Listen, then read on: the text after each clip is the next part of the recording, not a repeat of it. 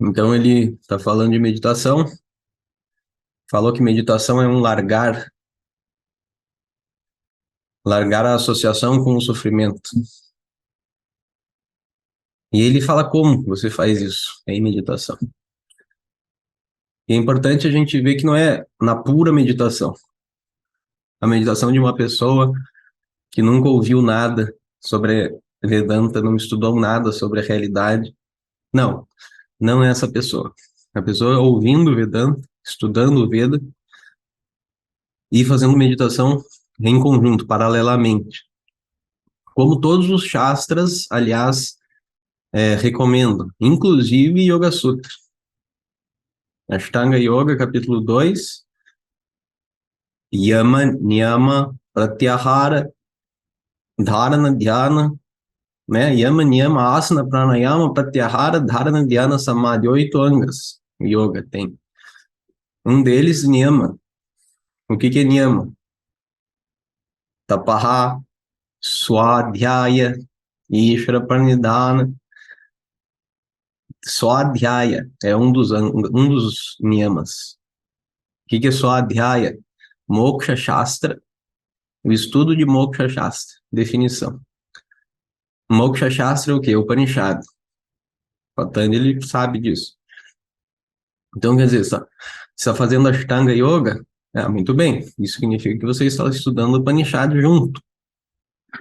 Essa falsa controvérsia que existe entre Yoga e Vedanta nos dias atuais virou uma controvérsia. Eu volta e meia recebo dos alunos posts de terceiros, professores de yoga, fomentando uma espécie de conflito entre Vedanta e yoga. Aí põe uma citação de Shankara. O corpo é um saco de ossos, pele, bile, cocô, xixi. E daí bota uma citação do Hatha Yoga Pradipika. O corpo é um templo sagrado. Olha, Shankara, Vedanta e Yoga são contraditórios, porque um acha que o corpo é um lixo. O Shankara não acha que o corpo é um lixo.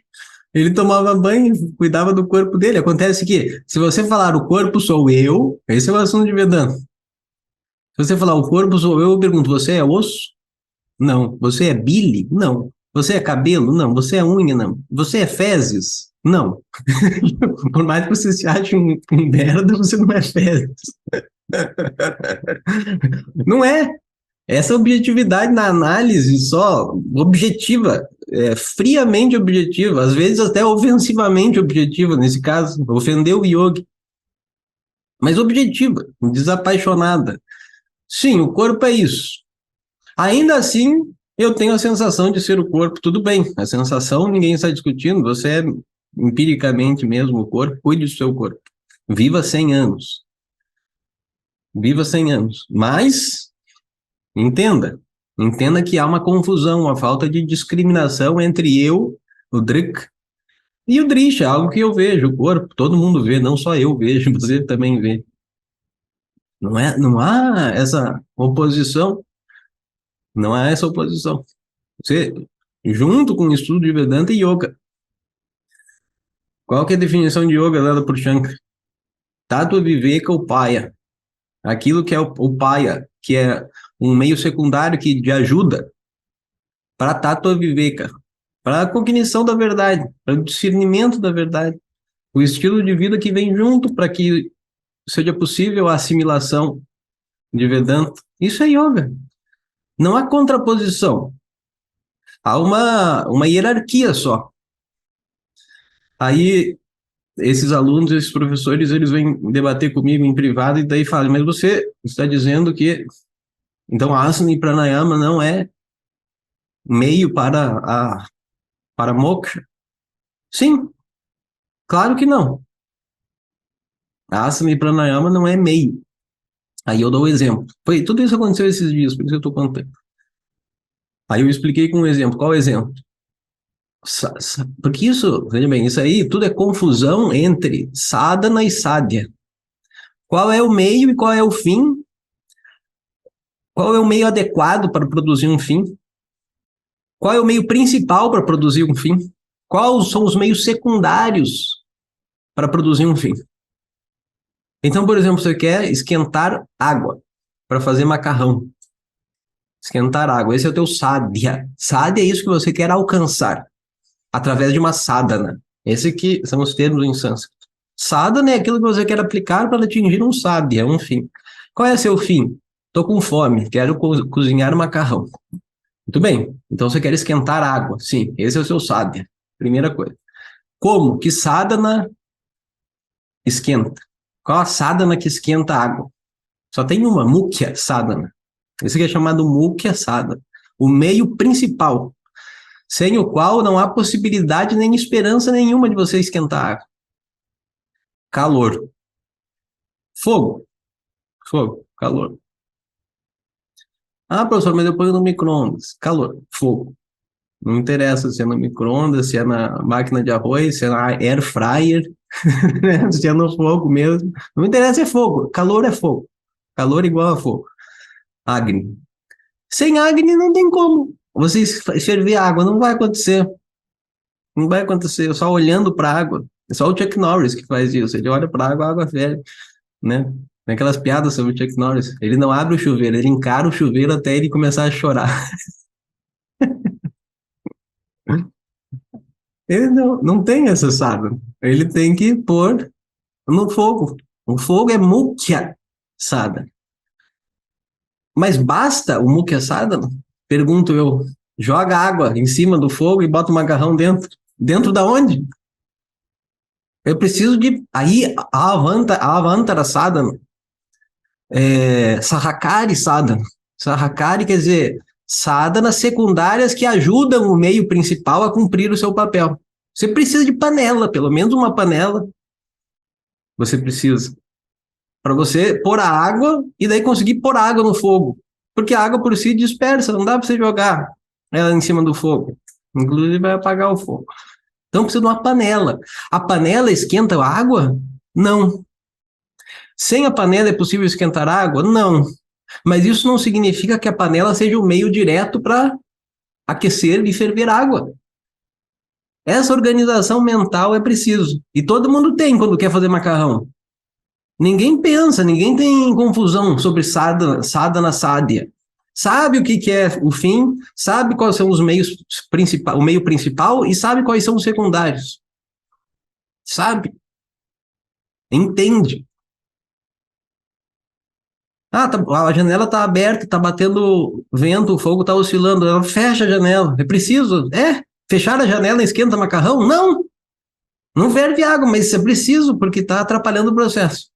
Do mukhya, o processo do mukhya sadhana em em produzir o sadhya, que é água fervente.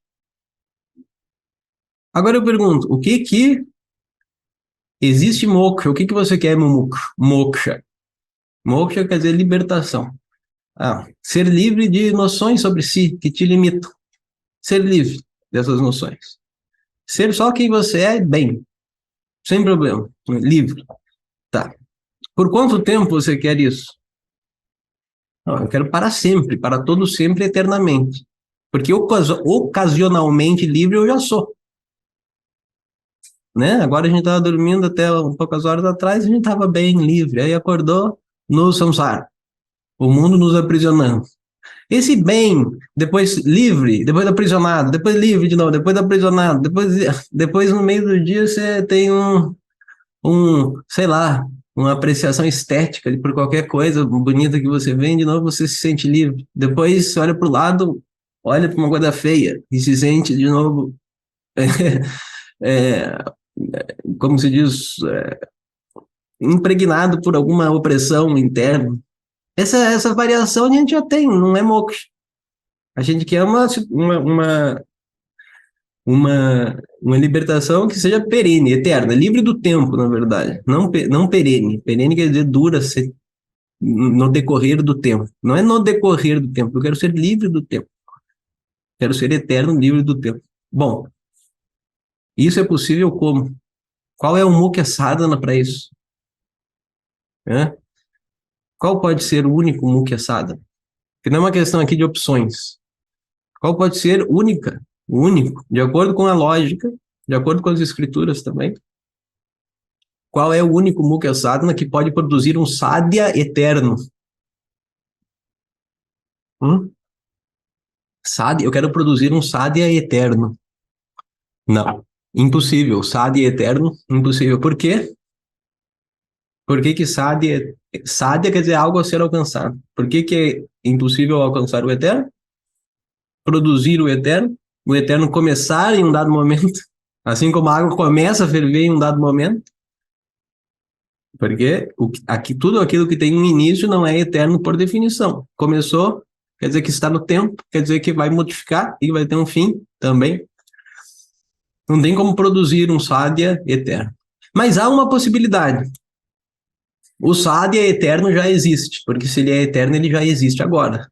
Isso está de acordo com a definição de eternidade. Aquilo que é sempre, nos 3 períodos de tempo, era antes, é agora, será no futuro sempre. Sim, pode haver essa possibilidade. Mas se há essa possibilidade, por que que eu não sou mukta, liberto? Por que que eu não sou livre? Há uma possibilidade, porque você ignora. Exemplo do 10º menino. Ele era o 10º menino e estava em busca do 10º menino. Há essa possibilidade no mundo. Por ignorância. A vida há. Por ignorância há essa possibilidade. Muito bem. Aí a pessoa entende isso. Qual é o único sadhana? Agora não se torna mais uma questão de alcançar o eterno, mas de eliminar a ignorância sobre aquilo que é já o eterno. Qual é o único sadhana para a vidyanivritti? A eliminação da ignorância. Qual é? Você tem opções? Me diga. Eu quero eliminar a ignorância, muito bem. Sobre o quê? Sobre matemática. O que que você tem que fazer? Estudar matemática. Não tem outra possibilidade. Meditar sobre matemática. Eu quero estudar história. O que que você vai fazer? Eu quero eliminar minha ignorância sobre história. O que aconteceu? Né? Você tem que estudar história. Alguém tem que te contar o que aconteceu. Não adianta você sentar e perguntar para si mesmo como foram as guerras napoleônicas, como foram as guerras napoleônicas, como foram. O que foi a Revolução Francesa, o que foi a Revolução Francesa. Se você não sabe, você não vai perguntar para si mesmo. Aquele que vai, aquele que não sabe está perguntando a si mesmo, ele esperando que quem responda, ele mesmo. Mas se ele não sabe, ele que está perguntando. Se ele soubesse, já teria dito. As pessoas têm essa noção de que vai vir de dentro. O yogi tem essa noção de que vai vir de dentro. Mas quem de dentro significa o quê? De dentro, essa noção dentro, que dentro? Você está perguntando, significa que você não sabe a resposta. E você quer que você diga para você mesmo a resposta. Não, precisa de um pramana. Esse é o ponto. Um meio de conhecimento válido. Então você vai para um bom professor de história, você vai para um bom professor de matemática, ou pega um bom livro de matemática, um bom livro de história, e você se informa. Aí a ignorância sobre aqueles fatos vai embora. É só, é simples, é muito simples. Todo mundo faz isso no mundo, não é um mistério. Não é um mistério. Quer saber sobre botânica? Você compra um livro de botânica ou faz um curso online de botânica, ninguém senta e pergunta a si mesmo qual é a natureza das orquídeas, alguma coisa assim, né? Não, você vai a meio de conhecimento e aí elimina aquela ignorância. Aqui qual é o sadhana? Você quer entender sobre o Atma que é Brahma, Brahmatma. Brahmatma. Qual é o meio de conhecimento? Existe um livro, Vedanta, que o título é Upanishad, aquilo que destrói a ignorância sobre aquilo que é mais próximo. Upa. Niya Nishchaya, o conhecimento. Shad significa, Sada, raiz significa eliminar. Aquilo que elimina a ignorância sobre o Upa, aquilo que é mais próximo de você. O que que é mais próximo? Você mesmo. Upanishad chama. Autoconhecimento. É outro nome para autoconhecimento. Tem um livro escrito Autoconhecimento na capa. Conhecimento sobre o Atma, que é Brahma, livro de limitação. Tem um livro, faz 10 mil anos que tem um livro com um título na capa, as pessoas estão estudando ele. Eu quero conhecer isso. Muito bem, qual é o sadhana? Eu quero eliminar a ignorância sobre isso, melhor dizendo. A sadhana é isso. Mukhya sadhana. Mukhya, o principal, o meio direto. O meio direto. Não tem opção. Asana, fazer asana. Você pode fazer asana. Pranayama, meditação, terapia, exercício físico, respiração consciente, alimentação saudável, tudo, pode fazer tudo e tem que fazer tudo. Porque uma mente dispersa, um corpo doente, uma mente doente, uma pessoa confusa, ele não consegue sentar, nem assistir uma aula de Vedanta, nem acompanhar um raciocínio que dure mais de 2 minutos. Não consegue fazer. Ansiosa, com medo, cheio de planos fantasiosos na cabeça. Então, isso tem que ser pacificado. Através como? Qual é o meio daí? Yoga. Yoga, sim. Vedanta não está dizendo que vai acalmar a mente de ninguém, nem dar foco para a mente de ninguém. Já pressupõe isso. Pressupõe. Pressupõe. Por isso que no início de todo o tratado de Vedanta, tipo Tattva-bodha, tá lá as 6 qualificações. Aí chama Dhamma Paramata e Tiksha, um monte, uma lista. Viveka, Vairagya, discriminação, desapego. Tem uma lista. É algo a ser alcançado por um estilo de vida que é chamado yoga. Aí, isso é o quê? Isso é a panela. Isso é a panela. Para conter você inteiro. E aí o Shastra que aquece a água. Aquece a água, quer dizer, é o que dá o conhecimento. Elimina a ignorância. Nenhuma atividade vai eliminar a ignorância. Ninguém acha isso no mundo, nunca. Só com relação a esse assunto acham isso. É incrível. É um assunto como qualquer outro, a ser estudado. Mas as pessoas não querem estudar. Elas querem uma experiência mística. E daí não tem o que fazer. Então tem experiência mística. Professor, eu tive uma experiência, acho que foi a experiência do átomo, a experiência do eterno. Sério? Sim. Por quanto tempo durou? 43 minutos. Eu vi no relógio. Depois eu saí. Tava na hora de trabalhar. Tive experiência mística por 43 minutos. Né? Experiência do eterno. É o que as pessoas. É engraçado para nós, mas as pessoas fazem isso, pensam isso e têm essas experiências e falam assim.